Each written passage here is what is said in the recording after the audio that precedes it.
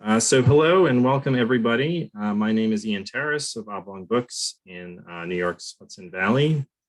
Before I welcome our guest tonight, I just want to go over some basic housekeeping about, for those of you who haven't been to a Zoom session before. If you have questions at any point, you can enter them in the Q&A function, which should be an icon on the bottom of your screen. Otherwise, you can add them to the chat, which is on the right-hand side. Everybody in the audience should have received an email with a link to an excerpt from the book before the event. You might not have if you registered later today, however. So we are very pleased to welcome Edie Meidav this evening, who will be reading and talking about her new lyric novel, Another Love Discourse, with Mary Caponegro. Edie is also the author of the prose collection Kingdom of the Young and the novels Lola, California, and Crawl Space. Her previous work has been recognized by the Bard Fiction Prize and the Kafka Prize, as well as support from the Fulbright Program, the Howard Foundation, the Lannan Foundation, and the Whiting Foundation. A senior editor at the journal Conjunctions, Edie teaches the MFA program at the University of Massachusetts at Amherst. And Mary Caponegro is an American experimental fiction writer whose collections include Tales from the Next Village, The Star Cafe, Five Doubts, The Complexities of Intimacy, and All Fall Down. Her stories appear regularly in Conjunctions and other periodicals. She is currently the Richard B. Fisher Family Professor of Writing and Literature at Bard College. Also joining us is a local musician and teacher in the Hudson Valley, Brielle Grover. I'm going to turn it over to Brielle at this point, and she's going to share with us a musical piece that she composed. So this is a song called Honest that I wrote inspired by Edie's book. It's about motherhood and relationships and the things that we pass down for better or for worse, and about hope. Can I be honest? Be straight with you. Can I be honest? Can I be true? If I worry down this thread, will this old blanket fit my bed? Can I be honest? I could steep myself in love like a strong black tea. I could forsake all dreams and sleep, give another piece of me. Be afraid if what comes next is not what everyone expects. I could drift along the sea in my makeshift boat, manage just the right routine to stay afloat. Find my way along the shore, build a bridge back to before. Can I be honest? Hey, what if the sky falls down? Can I be honest? Don't worry, you might be found. Can I be honest? It's probably your turn any day.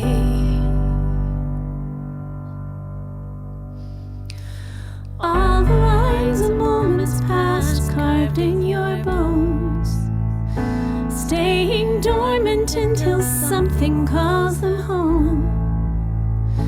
The compass never pointing north, a needle swaying back and forth.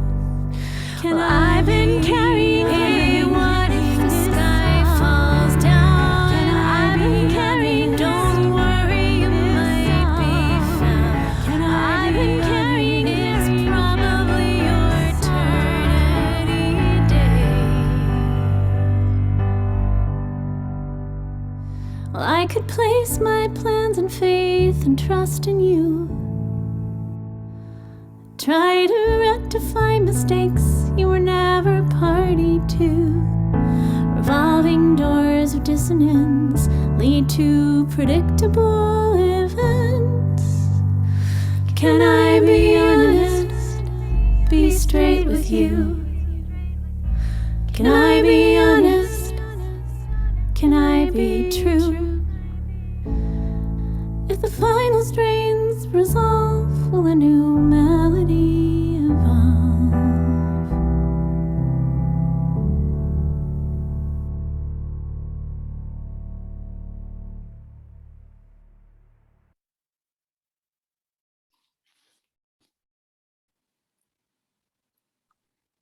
Wow, I'm just going to speak. I don't know if it's my chance to speak, but Brielle, it's both such an honor and a mistake for me to hear your beautiful song at the beginning, because I just can feel the floodgates.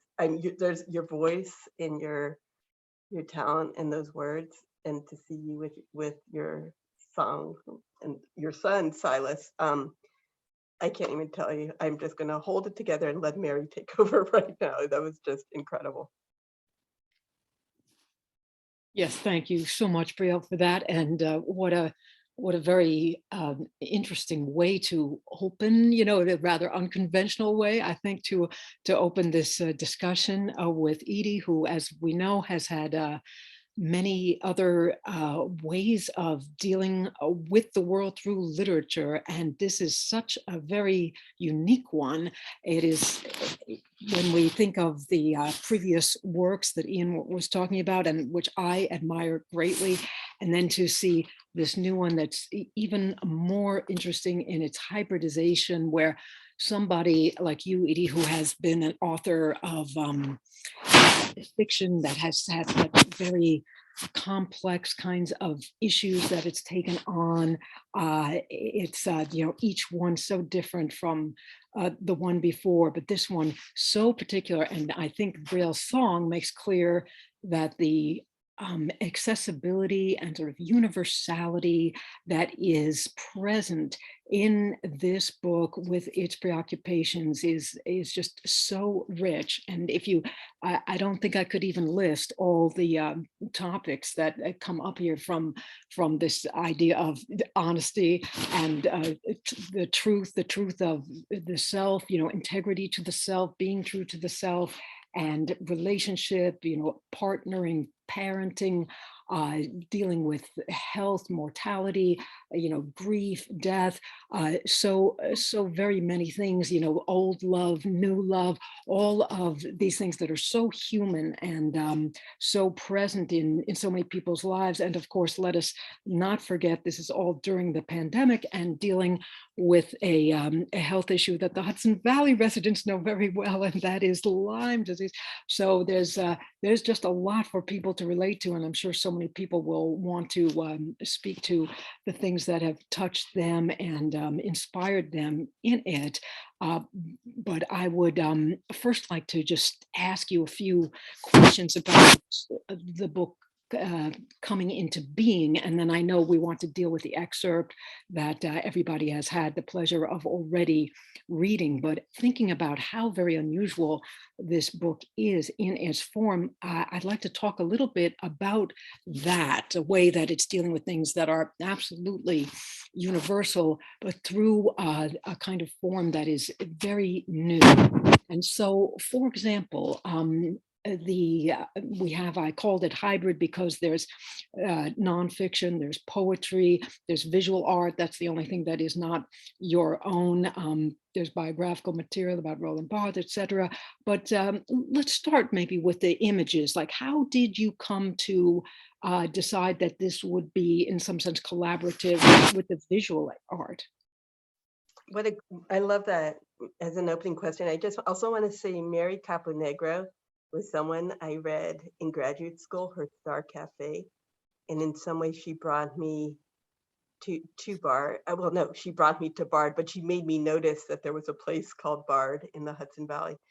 And I just feel some kind of incredible full circle, even hearing you talk about hybrid or experimental, because you blasted my mind open way back, even though you look like you're not. So, okay, to answer the question of the form. Okay, so,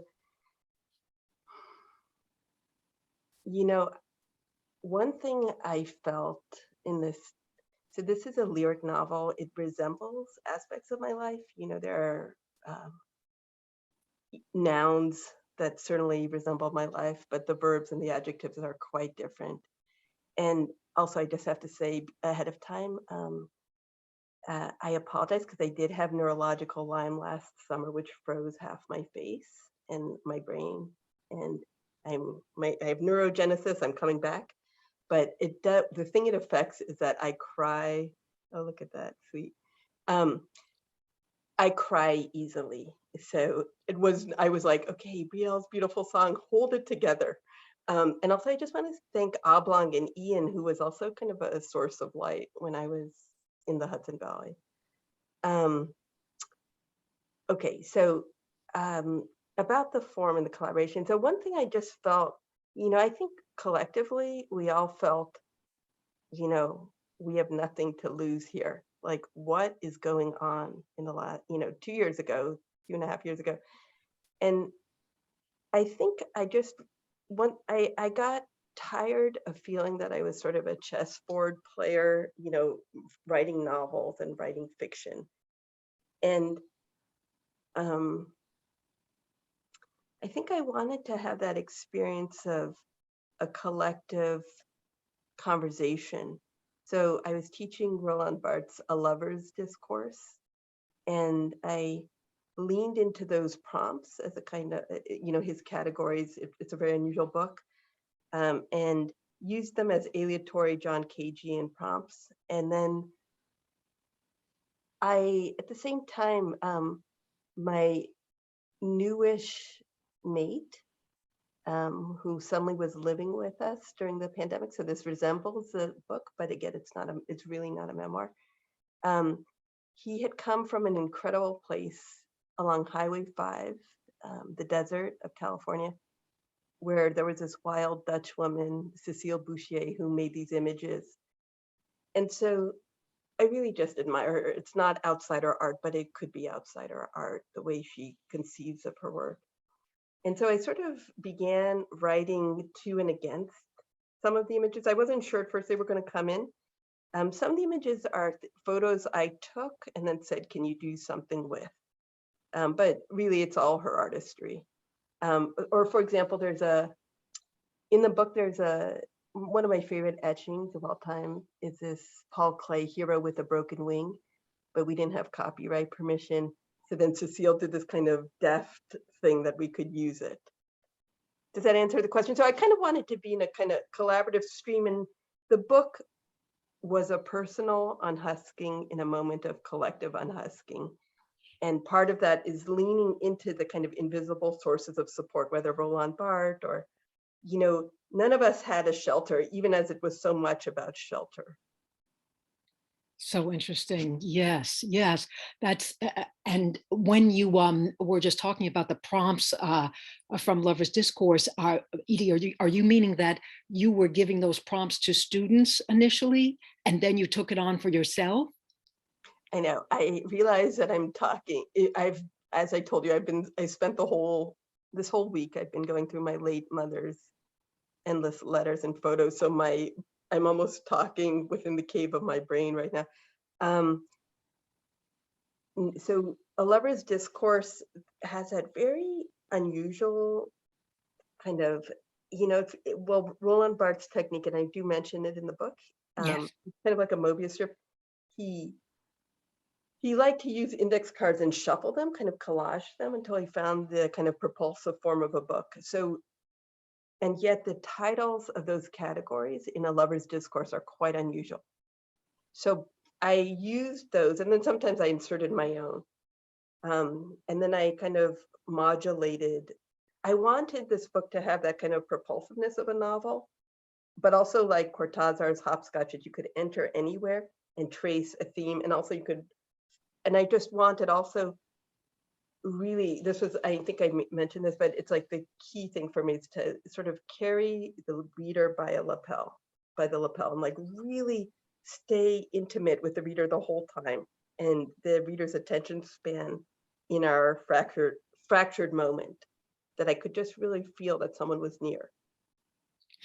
Well, I think that you absolutely achieve that intimacy. I think that is one of the things that is most compelling, well, one of many things that is compelling about the book, because you're in your previous work, you make the fictive extremely lyrical. You write a fiction that could be called poetic, but here there's actual yielding to poetry, and then also this sort of immersed in that is this biographical information about Roland Barthes. Instead of just taking theory as something dry, you are thinking about how that life meshes with other people's lives, anybody's life, and your own life. It's very striking how you somehow make a synthesis of so much that seems quite disparate initially, and you take what, for myself and yourself, I mean, even though I am older than you are, we remember when critical theory had its ascendancy in graduate school, and in for you as an undergraduate too, and the way that you take something that could be considered so abstract, so dry, and bring it into such a human realm and sort of mesh it with the extreme humanity of make us think about Barthes in a way that's extremely human too, and also make us see that the theoretical has a place in life, in everyday life, in ordinary life. I think that's very interesting indeed, and maybe we'll say more about that as our conversation goes on. But I think it might be nice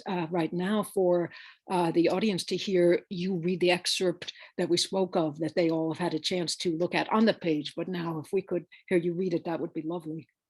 Totally. And then also, one thing, I mean, we can't quite do it in this webinar format, but I've been finding similar to the way that, you kind of nailed it, Mary, when you said that I'm in some way trying to deconstruct the poetry of my sentences with this form, and like the poetry of the past novels. And similarly, I'm trying to change the reading format. So the readings I've done in person, which we can't quite do, but they're more immersive in the sense that it's people talking about an excerpt together and kind of relating it to their own lives.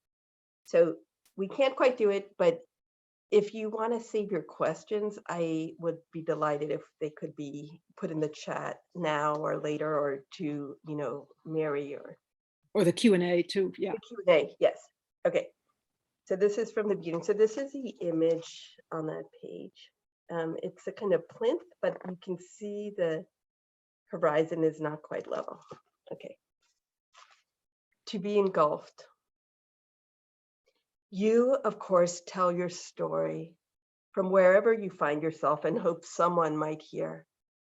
Imagine the laws of life, a mother birthing a tiny creature on an eastern coast, critter no larger than the letter T in time, a life form seeking not just survival, but thriving. Imagine a little bug bit me, lower left cranium, survival center, and ignoring protocol because of the year of our shutdown, I impatiently pulled it off. Or imagine a game of chutes and ladders and the thick resounding of an echo chamber. Your mother has died. You are now mother root for 3 daughters. You have been party to a divorce. You have moved several times. Then slide into unprecedented global pandemic, which is not the story I will try to tell. Let us call it, however, the ripcord. First shock when all of us tugged a parachute, the survival wish, and then the float in which we now live forever, prior rules of time, space, and communion suspended. Now the ripcord, lost, a twirl in memory, the float remains. You have been alone in isolation with your daughters for a year. Let's say you also wish to believe in, if not wholly invent, some new language of love, thrill, calm, belong, discover. One narcissist-friendly definition: you love the version of yourself held in the gaze of the beloved. Or a sense of security over time. Or you love who and what you become in the light of the beloved. Or you have come together to savor and learn, and in safety, you heal each other's wounds and then continue to discover more. Okay, so I'll stop there. Thank you so much, Edie. Yeah, that's beautiful, and it makes us so aware of many of the things that will be developing as the book goes forward. This and I think the persona that we see in our narrator is one who is giving us so many avenues of accessibility and kind of let's say affection. You know, I think among so many striking things here is that there are many layers, many levels. So for instance, somebody might come to this book thinking like, oh, I love Roland Barthes, or I love critical theory, or somebody might have absolutely no interest in all of that and think that's just too highfalutin and think like, oh, I'm just interested in this as a love story, or interested in the struggle of, you know, as a feminist work, or as something about the struggles of being a mother and child rearing and so forth. It's just like, so it operates on so many of those levels, you know, to make us almost feel like, say this were a completely different kind of novel. You know, there are scenes here that we almost find bittersweet, or we might laugh at as we cry, or you know, it almost can feel like when you make these marvelous scenes where the ex-husband is doing something that is clearly, you know, marking him as somebody who was inappropriate for the narrator, but you know, he would sort of get away with it for all these years or something like that. You can almost, one might roll their eyes and say like, oh my gosh, you know, there she is holding the ladder and then he sneezes or something like that. It could be a sitcom almost, you know, but you treat it in such a completely different way, because from there, you know, you're doing something much deeper than simply trying to show us something that is, you know, either darkly comic, but you are looking at something existential, you know, because through all of this, it seems like you're wanting the reader to understand, you know, even as a woman comes to see what she has, what she deserves, and what experience of self she deserves. There is such a deep generosity, and that is the theme in the book too, I think, is the idea of openness, generosity, trying not to have bitterness or blaming, and yet not to pretend that there aren't impulses of that kind, which again is so human. I mean, I think we all relate to this idea of how to, you know, how to go to the next chapter in life, and how do you treat the previous chapter? You know, do you discard it completely? How do you come to terms with it? I mean, I think so many people can relate to the way you, with all that intimacy that we spoke of, you know, are able to bring that to the fore, and if people think about, you know, let's say a spiritual dimension alongside this emotional dimension, and that even while, if it were some sort of rom-com kind of environment, you know, the fact that love does come, you know, makes somebody feel like, oh, I'm so glad, you know, because all the while I think you create this situation where the reader is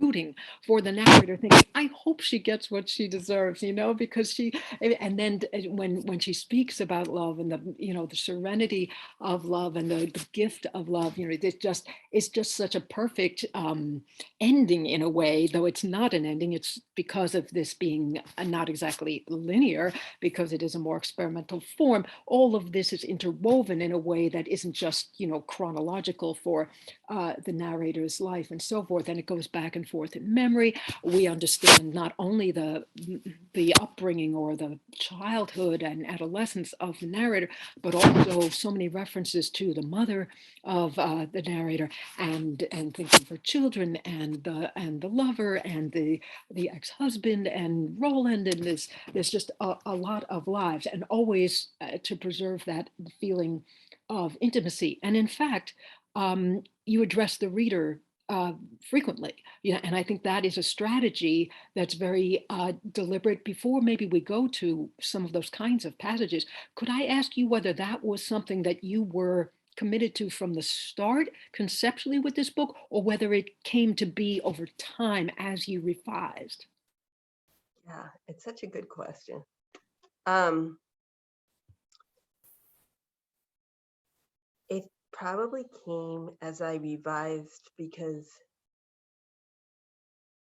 I, I mean, as I said, I wanted to travel this road with the reader, and I wanted, it's interesting. I mean, there are those two kinds of or there's so many kinds of reading, but there's one kind of reading where we go into, it's like John Gardner says, like the dream of the book. Like you just are in a trance and you're carried away and you're out of your subjectivity. And whether or not that develops our mirror neurons because we read so much fiction or, whatever people say about the brain, it's like you get to be in someone else's head. And then there's that kind of reading where you feel you are that ideal reader. And it's not that I was writing to an ideal reader, but I wanted every reader to be my ideal reader somehow. Well, that's fascinating, because I think that succeeded, in the same way that I was speaking of before, that you have a kind of accessibility here because of all these layers of attention and content. And even while, as you point out, this is not necessarily autobiographical, even if it's informed by your own life, but there's something so naked about the reflections. Somebody who's having the courage to reflect directly. And we as fiction writers often, I think, can so comfortably hide in a character's way of thinking. And sometimes it's, so much fun even to have a character who's as different as possible and try to think like, well, how does the villain think, or how does, whatever it is. And here you are trying to synthesize, as I said, all these lives with the focus of the narrator's life that you create, but then also these reflections that are so utterly, universal, but the wisdom, the hard-earned wisdom of everybody who has dealt with mortality, who has dealt with illness, who has dealt with motherhood and separation, and et cetera, et cetera, et cetera. So I think that's a feature of the book. It's not just the wise reflections of someone from the mountaintop either. It is a kind of reflecting that always embraces the other and the reader and says, so how do we feel about that? And why don't we think about some of those passages? Well, there's so many, and I know I'm not going to get to them. Can I just speak to one thing you said, which I really Please. find interesting? So to the writers and readers who might be here, I had this mentor who just died, Walter Abish of the Yes. And I remember I was, I was maybe, I don't know, maybe at 17, 18. And he said, you must write what you don't know. And I thought at the time it was incredible advice, that in your one life you could live many lives, not just your own subjectivity. And, maybe there is an issue more surfaced more recently, but always present of, how do we get to appropriate or speak from another's perspective? And can writers really be the tuning fork for experiences so markedly different from their own? Nonetheless, what you're saying is really, I don't know, it just feels rewarding to me because I wanted to write of what I knew without hiding. Yeah. Right. And I think that was absolutely accomplished.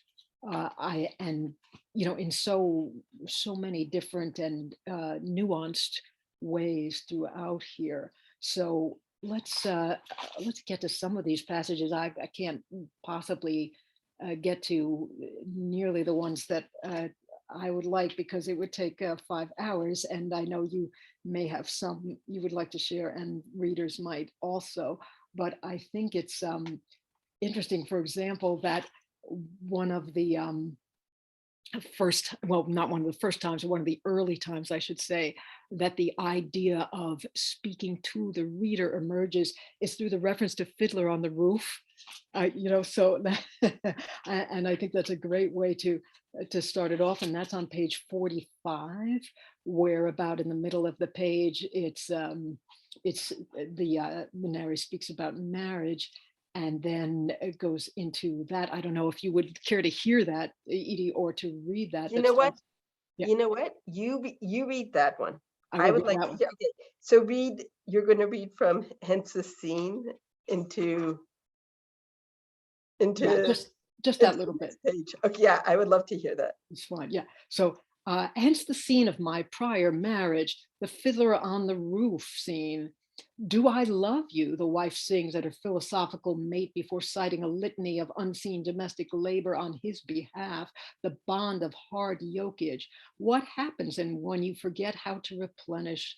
Our old world marriage had started to have this flavor, the crisis of faith, right before the wife turns to us, her audience, and asks, do I love him? Try to be a good person best you can, act by supplementary impulses with a strong code of ethics, but forever your act binds you laterally to the community. Forgive the ghastly echo. Work will not exactly free you, but does bring you to the threshold. And then the rest is, as in a promiscuous bathhouse, Jews cruise chances to overwork, the joy of working yourself to the hilt. Come to the edge of your stamina. Have Nagila go beyond. And this overwork theme is one of so many interesting themes too in the book, as if the narrator has learned so well from her forebears how to consume herself through work, and so as to perhaps then evade unwittingly her own happiness. And in the joy of this book is that there is a learning to come back to the self, and to, as you put it here, as the advice comes from the narrator's friends, savor the strawberries and think about how the beautiful sensuality of life, which is something larger than simply any one individual can give to another individual. You're always taking us to a place that is beyond just the parameters that we might associate with a more like narrow description of what a relationship is, because this community, this idea of community and searching for something that community points to is so thematic in the book. So it's, yeah, very interesting, all of that. I wonder if we could also look at some of the passages in which I think you take that critical theory aridity that people might associate and open it up to something that is much more human, as I say, so I won't have you read this part, I won't read it either, but I know at some of your other readings, this was read where one of the professors at the quote unquote fancy school was talking about Shakespeare's Othello and kept kind of riffing on the letter O because there was a, flamboyance related to critical just the way that critical theory could at its most, I suppose, ostentatious, go a route that wouldn't necessarily land on the supposed content, but rather just be kind of giving all these flourishes around it. So one might not necessarily ever speak about Shakespeare or Othello directly or talk about the play, but rather talk about this. This aspect. What page is that? So I actually I am referring to that on my way to something else. And I wanted to just go to what I consider to be almost the antithetical gesture to that at the very bottom of 79, that I think when I don't even know if this was intended. No, I think it was intended, right? That you were thinking about that O that was floating through that undergraduate class, where all you wanted that O to do was land on Othello itself and maybe talk about the Shakespeare, but it kind of floated above it, is if I understand correctly. And then there's this final paragraph on 79 that uses O through the use of the vocative. And I just wonder if you might like to hear or read that paragraph. I would love to read that. But Perfect. the truth is, I'd rather read the comic O, but I'm happy First- to read tragic O. Yes. So it's just a letter O. Yeah, just as Mary was saying, there's this section that in the book where, you know, it was impossible to get anything about Shakespeare, despite all the classes I took in college. And the deconstructionists would just count how many times O appeared in Othello, for example. Anyway, so, okay, this is more a sad moment. But how hard we linked in our devotion to one myth. We wish to be that thing, the devoted father and mother, the drag every parent puts on at first conception of the ideal. Our constant slide up and down the spectrum of conventional gender assignment. Father and mother. Who can help anyone now? Oh, we parents are glad for the children. Oh, we lost the battles, but gained the beauty of knowing these gifts, these children. Oh, there is never true hindsight, but can a new view open? Oh, please. Thank you. Yeah, I just think that that's quite a brilliant transformation of something that seems to be fatuous and just about pompousness, if you will, and then to turn that into a linguistic trick that is so much more than a trick, that truly is a transformation, because it makes us think about this generosity I spoke of before, and this invoking of something beyond the self, and the both gratitude and entreaty prayer, even, if you will, that idea, like, oh, might all of this come to something. And I think that when people do write about these subject matters, very often it is hard not to fall into bitterness, as we were saying before, or self-pity. And that's kind of why the memoir, as it came to be popular initially, I think put off certain people, certain readers, because it felt like it might be mired in self-pity sometimes, or just confessional for its own sake. And I think this is operating on such a wider plane. And I think another paragraph. Oh, sorry. Can I just add to that? So, Please. When you were saying, you said something that made me want to say this, which is that I love that idea in the Kabbalah that the Aleph, the first letter of the Hebrew alphabet, and also, the forerunner of the letter A, but it's like, it's an inhale. And so it's like, for me to, in all my books I've tried to get past the copy editors, this letter O with not OH, because I do like it as a kind of like, it's a hollow, empty space of aspiration or hope, or, what do we really want? Yeah. Oh, wow. That's so interesting. Absolutely. And I'm glad you got it past that this time. So the O could remember. I'm very fond of just that O too, I have to say. Yeah. So in thinking about that, looking at the sort of, let's say, the spiritual realm beyond the immediate experience of one individual that might be in the earthy world, and then thinking about something that might be beyond that. You state that, I think, on 212, and I just wanted to look at that third paragraph there. Would you want to hear or read that, Edie? It starts after remove the brain and all is better. And then it's that next paragraph, this music. Sure. I would love to read this. Beautiful. So just that paragraph, right? Just that paragraph, I think. Yeah. This music that Bo cares about suggests that our main truth rests in slowness, a view of prehistory and later apocalypse, that we may attend to the small, gritty data of our living. We may care for the samsara in which our monkey minds like to frolic. We do well to attend each vine and vein in every leaf, while at the same time knowing how mountains see beyond us. Thanks for choosing that. I would never have singled that paragraph out, but Well, it's nice. one of 50 that I singled out, but we don't have time for them all.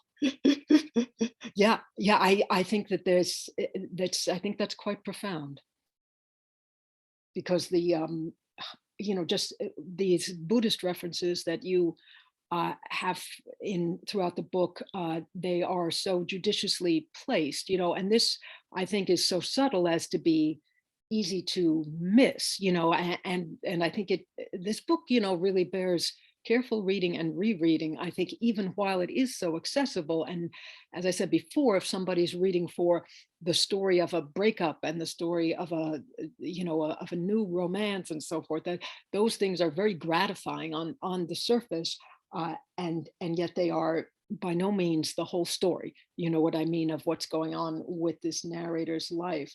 So when you say the frolicking of the monkey minds, we know of how that is referring to the samsaric tendencies, and then that phrase, knowing how mountains see beyond us.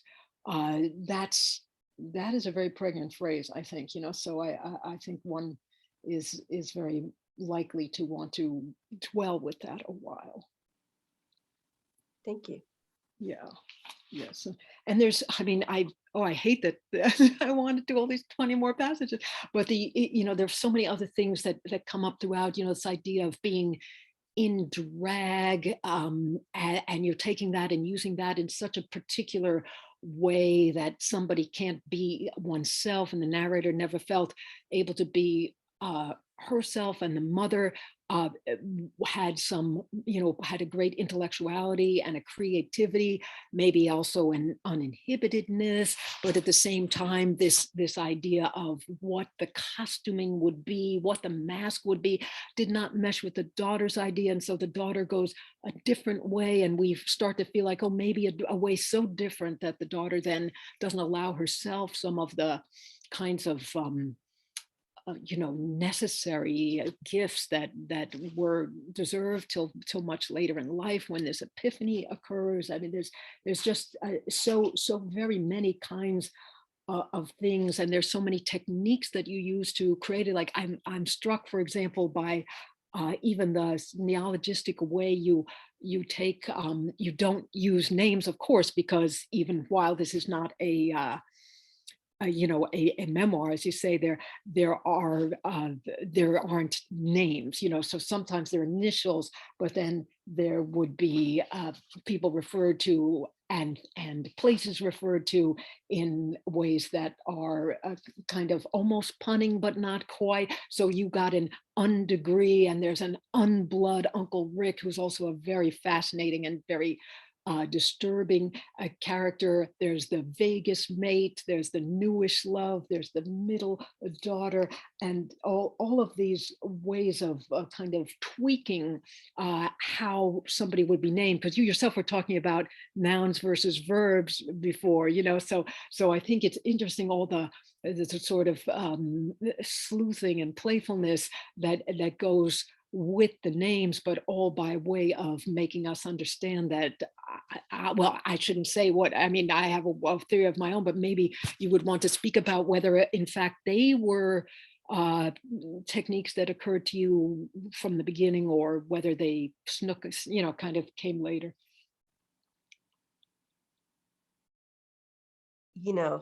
So many things to answer in your question. It's a good question.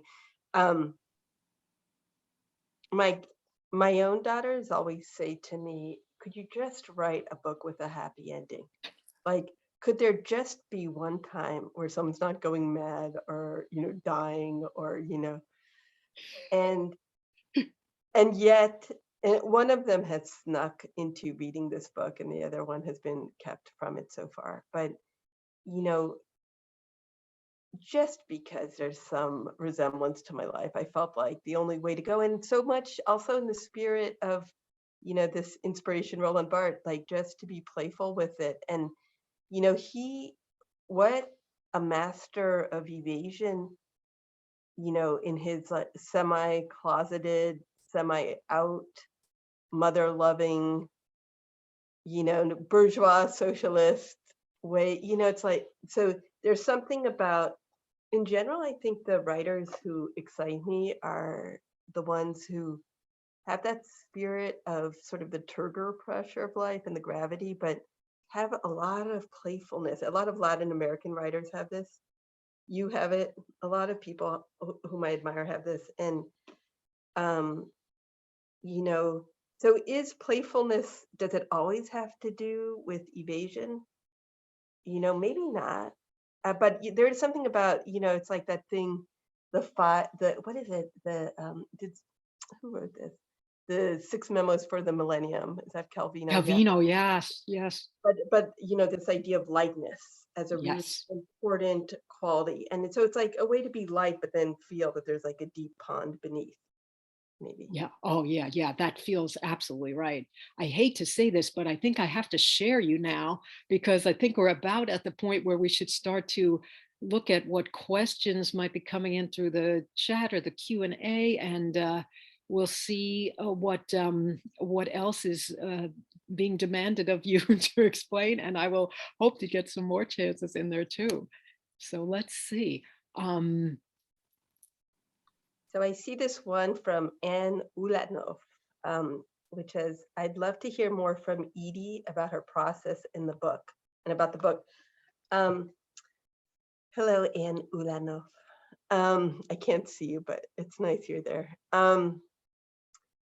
Okay, so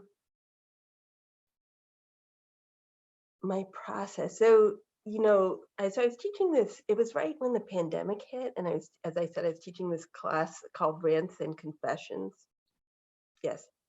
And I let students choose their books. I go out of the class on the first day, having given them 50 books, and I say, we're going to do this. You choose 10 that we're going to focus on. And they chose happily A Lover's Discourse. And, you know, there was something, it was a very small class. It was about 4 people, in fact. But there was something about the intense intimacy of that. And the fact that suddenly, and this will resemble an aspect of the book, suddenly I had 7 people living in this rambly parsonage in Amherst where we live. And I really was just trying to survive. And so I just began speaking to those little chapter titles. I would just use them quite, you know, by chance, as if I were drawing a tarot card. And then it started to become something I actually wanted to publish. I have these 2, nice, okay. I have these 2 other books that I would like to see published, but Terra Nova said to me, oh yes, I saw a little bit of this published online. Andrea Scrima, a great writer, had published a bit of these little things I was doing for survival about pandemic life. And so then suddenly the book was available at Target and other bad places, and it was not done. And I've never written a book so quickly. I mean, it wasn't done. I mean, I was still revising it. And so, but what was good, and I often do tell this to students, like, you got to find some way to cheat your superego, like the part of you that makes you conventional, or the part of you that's a should saying, you know, limitation that's kind of more mediocratizing. And I think for me, perhaps in the same way that a demo tape is often the most beautiful, or, you know, an unfinished sketch is the most beautiful, I think the fact that this was going to be published so quickly, usually a publication cycle is maybe 2 years or so, you know, you have a lot. But I mean, even, I'm actually not kidding about this, maybe 3 or 4 months ago, I was sitting for like 12 hours a day and putting some editorial changes, and now it's out. But so the publication date was quite close, but somehow the books got stuck on a steamer from Estonia. So like no reviewers got it, no one got it, only you are getting it now. But it was written by I was held by my lapels. And so then there was a point where I just did these very drastic cuts, and I said, okay, I have to not just kill these darlings, I have to give it this propulsive shape. And so I cut away hundreds of pages Wow. that exist somewhere. I mean, I have them, but maybe I could do something with that. But it was just that feeling of survival in some way that we all have. And, sometimes I have this thought about creativity, it's not just my thought, but, the same way that if a child does not feel safe, they don't really learn. So there's a part of the hindbrain you have to quiet or sedate or feel secure enough. You need to have a kind of home, and then you can be creative. Similarly, usually one would think to be creative, it is better to feel safe, kind of like Flaubert in his bourgeois life or something. But then I look at, other places, like, for example, East Germany before the wall fell, much more creativity among the painters there than after.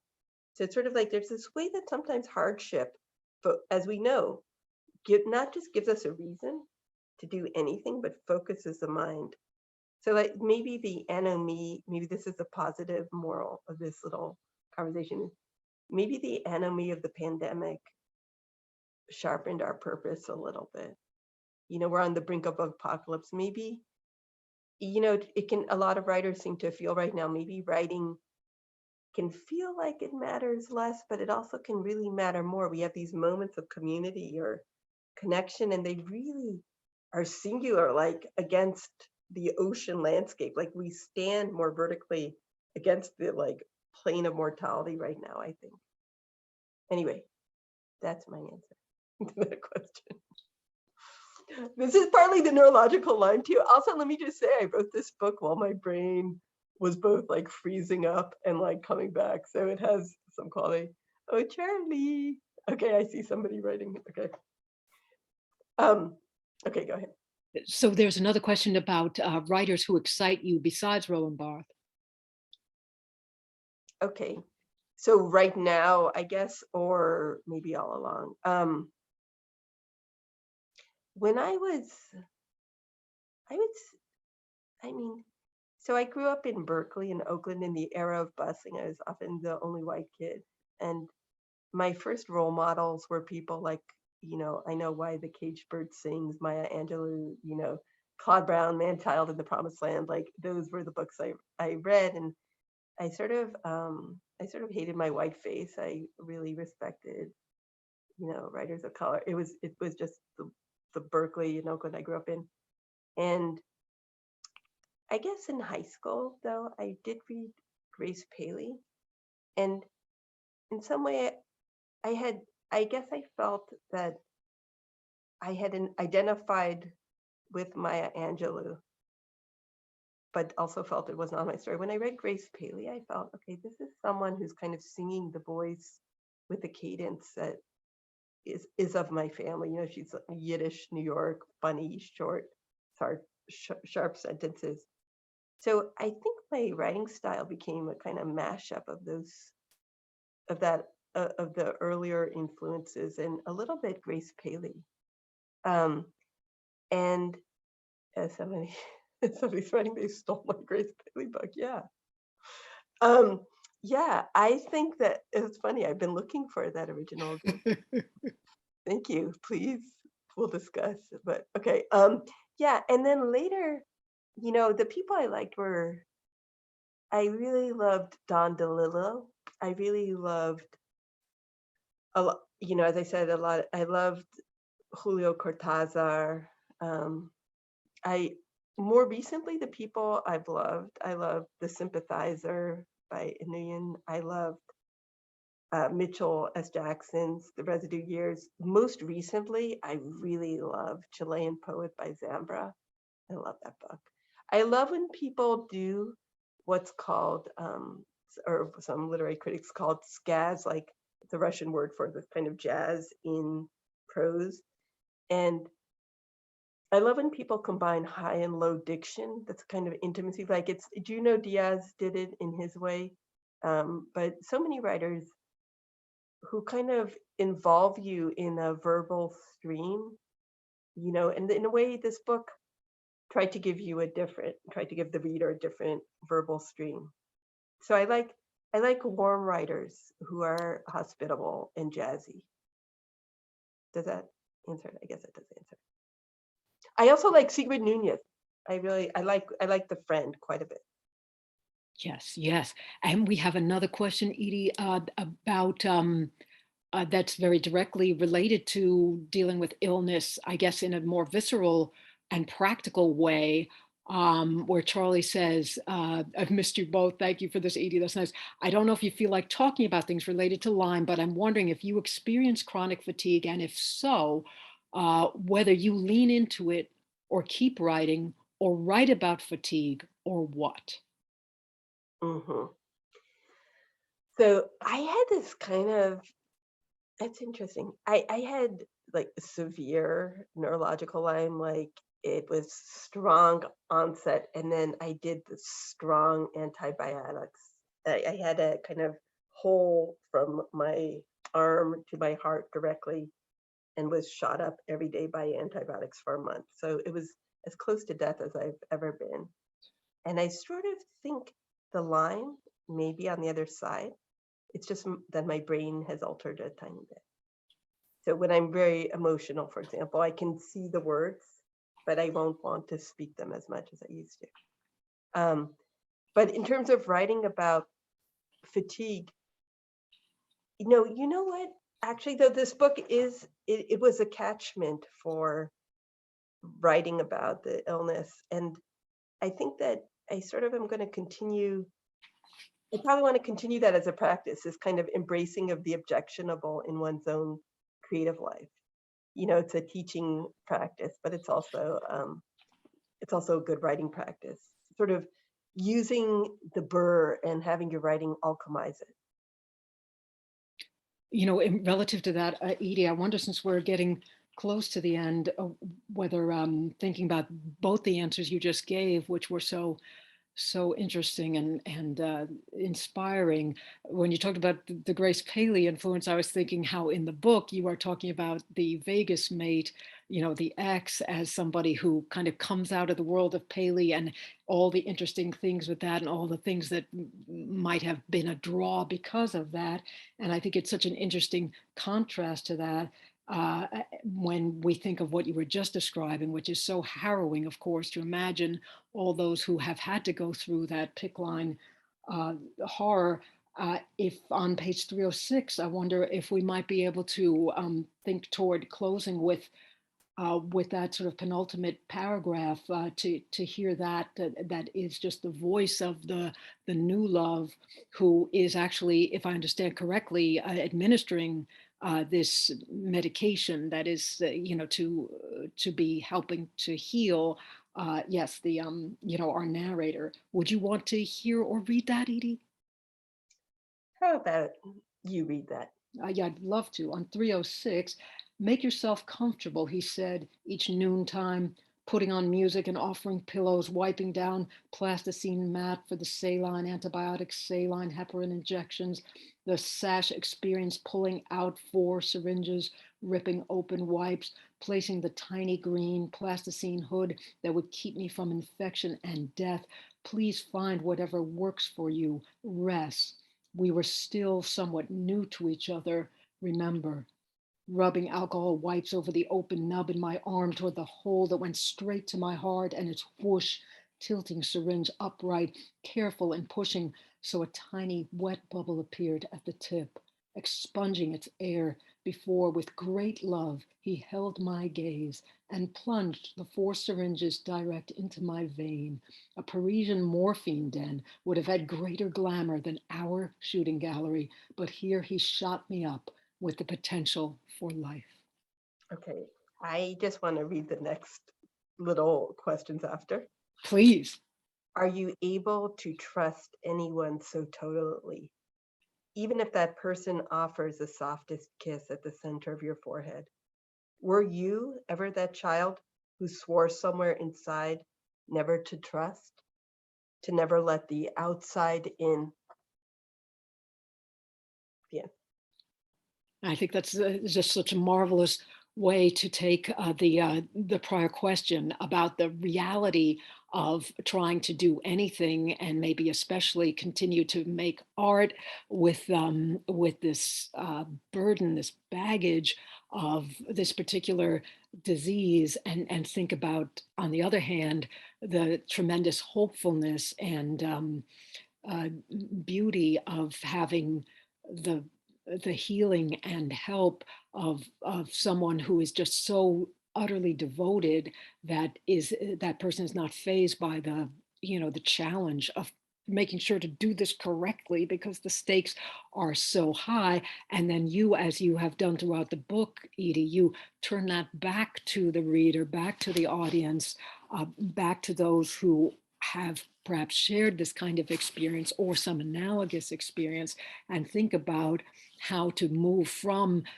disappointment, loss, grief to this place of trust and gratitude and all of these beautiful strawberries, if you will. So I think that's maybe a wonderful way to trace that trajectory. And I am very sad that we're just about out of time, but I think that probably Ian will be coming back to us to tell us that that is the case. That is the case. Thank you both so much for that really rich and stimulating conversation. Thank you for the book, Edie. Thank you, Brielle, for that lovely transfixing song at the beginning. And thanks to all our attendees who came tonight. I put a link to the book. You can purchase it through our website. It's on our shelves now in Millerton and Rhinebeck. And yes, you can get it online wherever you are zooming in from now. Look, and Silas is coming for he has a toy there named Kai, who will probably send us out with a little dance, if befitting the innominate. But thank you, Ian. Thank you. Oh my goodness, all these nice people are here. Wow. Thank you all for, I have no clue who's here, but it's really amazing to feel these. I feel like I'm in the home crowd right now. So thank you all. And I really appreciate the community you're creating. Thank you. Thank you, Edie. Thank you, Ian. Thank you, everyone. Thanks, everyone. Bye. Nice evening. Be safe.